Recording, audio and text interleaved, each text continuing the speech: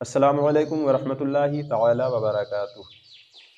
رمضان المبارک کا یہ مقدس مہینہ ہمارے سروں سے گزر رہا ہے۔ اس مہینے کے روزے فرض کیے گئے ہیں، ساتھ ہی ساتھ ہر مسلمان پر اس مہینے کا احترام لازم ہے، مگر بڑے افسوس کے ساتھ کہنا پڑتا ہے کہ عموماً غافل مسلمانوں کو اس مقدس مہینے میں بھی کھلے عام کھاتے اور پیتے دیکھا جا رہا ہے۔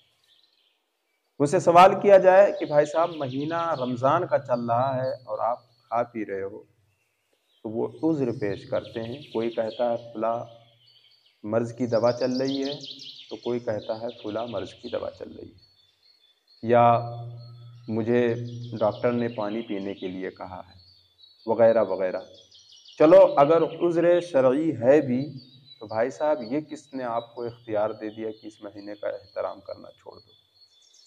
ایک بات یاد رکھیں، بغیر شرعی عذر کے رمضان شریف کا روزہ چھوڑ دینا سخت گناہ اور حرام ہے۔ ایسے شخص پر شرعاً اس گناہ سے توبہ کرنا اور بعد میں ان روزوں کی قضا کرنا لازم ہے، اور شرعی عذر ہے، عذر ختم ہوتے ہی ان تمام روزوں کی قضا لازم ہے۔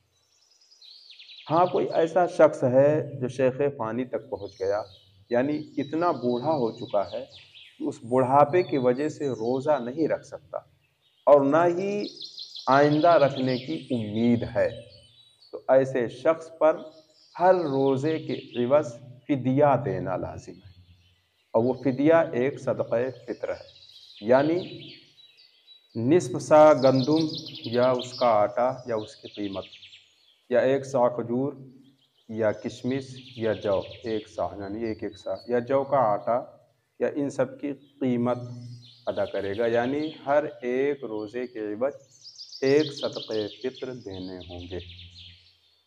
رمضان کا یہ مقدس مہینہ گزر رہا ہے، لہٰذا ہمیں اور آپ کو چاہیے کہ اس مہینے کو روزے رکھیں، کیونکہ اس روزے کے تعلق سے نبی کریم صلی اللہ تعالیٰ علیہ وسلم نے ارشاد فرمایا، جس شخص نے ایمان و احتساب کے ساتھ رمضان کے روزے رکھیں اس کے پچھلے گناہ بخش دیے جائیں گے۔ اللہ تبارک و تعالی ہم سب کو اس مہینے کی قدر اور روزے رکھنے کی توفیق عطا فرمائے۔ السلام علیکم۔